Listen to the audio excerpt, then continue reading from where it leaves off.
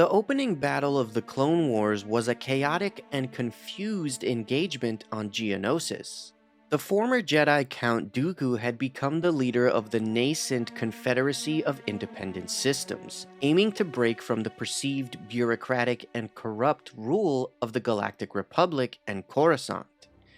Having discovered a secret clone army being created on Kamino, ostensibly for the Republic, the Jedi Knight Obi-Wan Kenobi tracked the original genetic donor to Geonosis, where he witnessed a convention between Dooku and the leaders of the various galactic companies and conglomerates that were making plans to secede from the Republic. Beneath Geonosis' surface, huge factories were building thousands of battle droids for use against the Republic. Kenobi relayed this information back to the Jedi Temple on Coruscant shortly before his capture. In response, the Republic Senate voted for Supreme Chancellor Palpatine to be given emergency powers to convert the clone army into a Grand Army of the Republic. Jedi Grandmaster Yoda moved to requisition the clones, while Master Mace Windu gathered a Jedi strike force to rescue Kenobi. As the Separatist leadership watched the attempted execution of Kenobi and his fellow prisoners Anakin Skywalker and Padme Amidala, the Jedi infiltrated the main arena. Master Windu's arrest of Dooku was interrupted by the arrival of dozens of battle droids, and the two sides entered combat.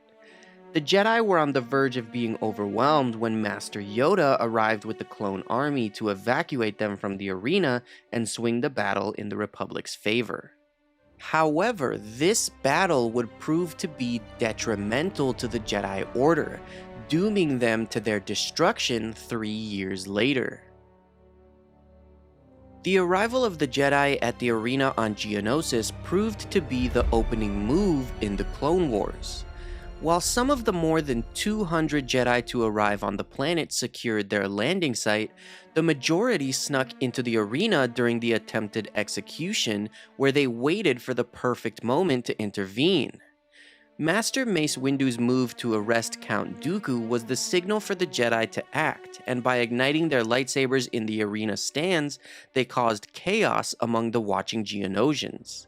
However, the arrival of super battle droids forced the two sides into conflict. The Jedi Order had not fought a battle in such numbers since the days of the High Republic, and the short-range nature of their lightsabers proved prohibitive against blaster-wielding battle droids. While the droids were not programmed with any great tactical ability, the sheer numbers of them and the rate at which they could fire acted as a potentially decisive force multiplier. Though the Jedi could redirect shots back against their opponents, the volume of incoming fire made such precision difficult. The Jedi were forced to abandon their positions within the stands and descend to the arena floor to close the distance with the attacking droids. As a result, they were rapidly surrounded and suffered heavy casualties. The droid assault was paused so Count Dooku could offer the chance for a surrender, an offer that was refused. However, the sudden arrival of Grandmaster Yoda and the first waves of the clone army allowed the surviving Jedi to be rescued, initiating the next phase of the battle. As the battle moved beyond the arena, it became clear that there were significant command and tactical issues facing both forces. For the Republic, the clone army had been well trained but never tested in battle. The surviving Jedi had previously identified themselves as keepers of the peace, not soldiers, and though the clone troopers deferred to them, the lack of tactical and military training in the Jedi Order showed.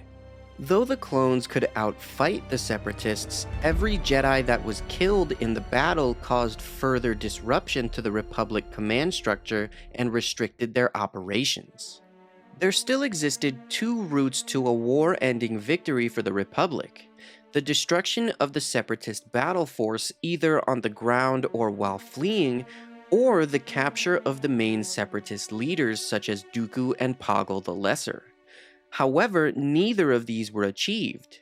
The Republic's failure to establish a tangible orbital blockade allowed for a full Separatist retreat, And while Obi-Wan Kenobi, Anakin Skywalker, and Yoda would attempt to capture Count Dooku, the lack of a concerted effort meant he was able to defeat and distract the Jedi.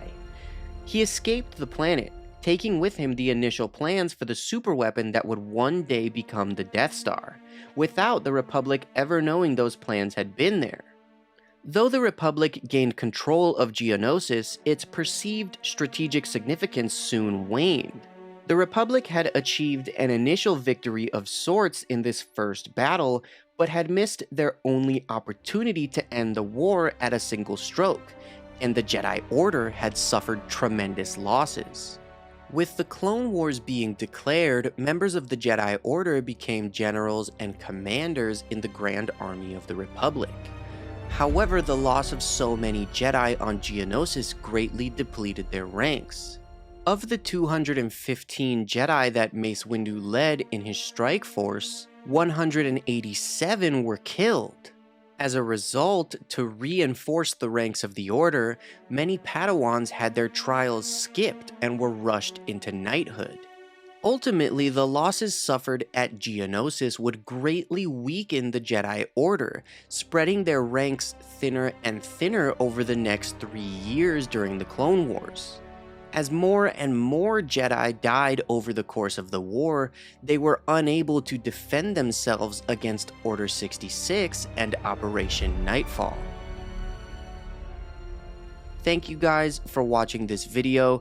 Make sure to like and subscribe if you enjoyed it, and may the Force be with you.